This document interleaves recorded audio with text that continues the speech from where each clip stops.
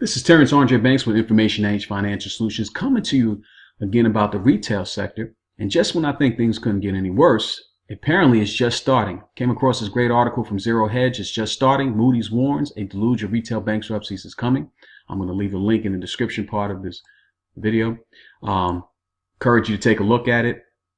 I want to dive right in. 2017 was a perfect storm for brick and mortar retailers who officially lost the war with Amazon, and no less than 30 retail chains filed for bankruptcy in a year, in which the CEO of Urban Outfitters said the retail bubble has now burst.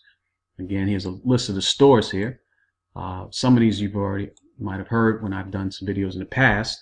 Toys R Us, Sheaf Shoes, Fashion to Figure, and they give it reported liabilities here. Air Group, Vitamin World, Perfumanina, PK, True Religion, Cornerstone Apparel, Gymboree, Enterprises, Eco Superstore, B&B Backrack. Some of these I didn't even hear of before. IO Metro, Erdus at Home, Pawn America, Agent Provocateur, Payless Holdings. We've heard a little bit more about Payless Holdings. Gourmanda Shoes, Gander Mountain, Generalist Wireless Operations. This is Radio Shack. Radio Shack's closed a lot of their stores. HX Gray. Now, I've seen their commercials countless times. I never even knew they were having issues, but since I don't visit the store, the retail section, that retail store, doesn't surprise me now. Vanity Shop of Grand Forks, BCBG, Michigan Sporting Goods, Eastern Outfitters, and Marbury Holdings, and some more over here. Trainer companies, the limited stores. Again, the list continues to just keep coming. And apparently it's just starting. Going more down into this article itself. It's bringing the total number of Chapter 11 cases since mid-2015 to 50, accounting for over $20 billion in liabilities. Wow. And it's a cumulative retail chapter liabilities, June 2015 to 2018 date. And they're showing the chart here. I'm ready to pull that up. I love visuals here, so bear with me a second. Look at this chart here. They show how these different sales here, and then when it's peaked over here with Toys R Us, Charming Charlie, and it's going here from 2015 to 2008. So is the worst over for retail, or is the sector just now approaching the eye of the hurricane? According to the latest Moody's research report on the retail sector, the agency now forecasts at least 6 retail and apparel issuers defaulting over the next 12 months, with most of these occurring in the first half of the year. So before June, we want to see a lot more of this, according to what it says here, the most of them have in there. While the good news is that the industry default rate is expected to peak at 12.43% this March, Moody's cautions that the still high default forecast for the remainder of 2018 points to more pain before this lower ratings rung in retail stabilizes. Recent defaulters include Tops Market, with filed for Chapter 11 on February 21st, which followed Bon-Ton's filing on February 4th.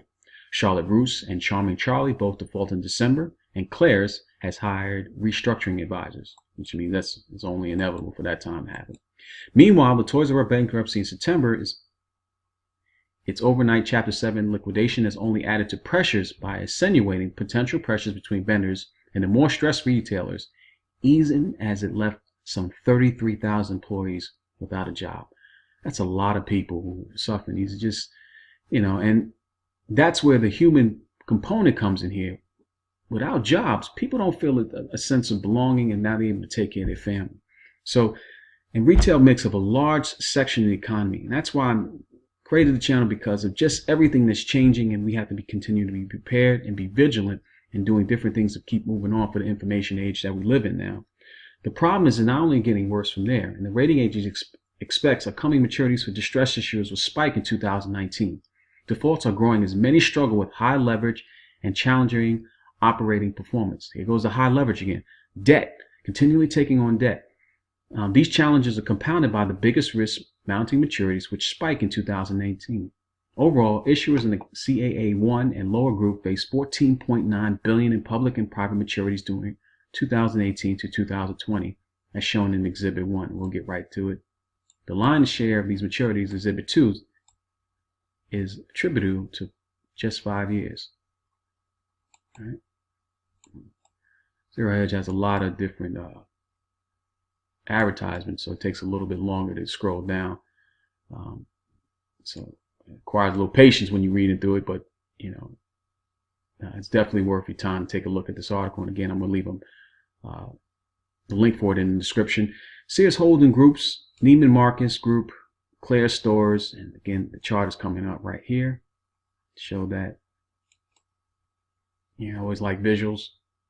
Additionally, while the credit markets have remained open to refinancing, those with the more challenged credit profiles and operating performance problems will face growing challenge in tapping the market, especially in an environment where monetary policy is tightening. Good point to repeat here. Monetary policy is tightening. Meanwhile, spooked by the Toys R Us fiasco, many others will face the risk of vendors pulling the supply plug in the wake of Toys R Us bankruptcy, which was triggered when certain vendors cut the company off. Now, that's very interesting as well. It's part of the things it's not just the private equity companies loading with debt and then selling off the company, causing the farm bankruptcy. You also have the vendors cutting them off as well. As companies move down the rating scale, the vendor portion of the liquidity profile becomes strained as concerns over the strength of the company are magnified. Tighter repayment terms, including the dreaded cash on delivery, can have an even more serious impact on liquidity than a looming debt maturity. Without vendors, companies don't get merchandise, and without merchandise, there are no sales. So in addition to the 5, who else is on the list?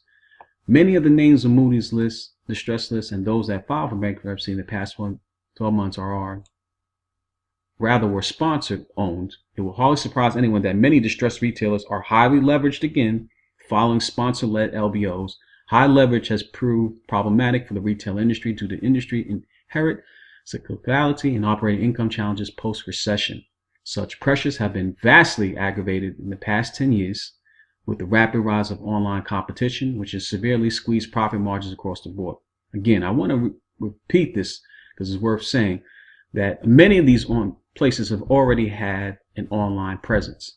So even though Amazon transformed and redone the space and took on market share, as they should, a lot of these other places didn't just sit by the wayside. They also went online as well. So it's more than just, not changing for the times. We're in a different time when people cannot take on any more debt in our retail. And we're just, that's the part. We have a large population, the baby boomers, who are retiring and not spending as much as well. And then the millennials coming after and other demographics coming after just don't have the capacity to do what the baby boomers has done. So the debt load assumed by many small retailers have created an unattainable competitive reality. They are financially ill-equipped to deal with the changing retail landscape. That's definitely true. They also lack sufficient resources to build out online capability to keep stores fresh and fend off pricing threats from larger competitors. Yep, the successful retail LBO stores such as Dollar General Corp, Stable, BGS, Whole House Club have typically been those that haven't needed to compete online. But even then, as things move more into online space, they're going to have to compete as well. But the debt loads assumed by many small retailers have created an untenable competitive reality they are financially ill-equipped to deal with. The changing retail landscape. I just read this. This thing goes a little slow. The exhibit below lays the quantitative characteristics of the 20 distressed issuers Moody say universe. I think this thing comes up really small in print, so it's kind of hard to read. That's why I'm putting that link again in the description part. Now, kind of end with this. Scroll down a little bit further. And before we present the full list of upcoming maturities over the next 3 years, virtually none of which will be made, here's Moody's brief discussion of whether the retail situation is improving. All right. I'll let you read that on your own.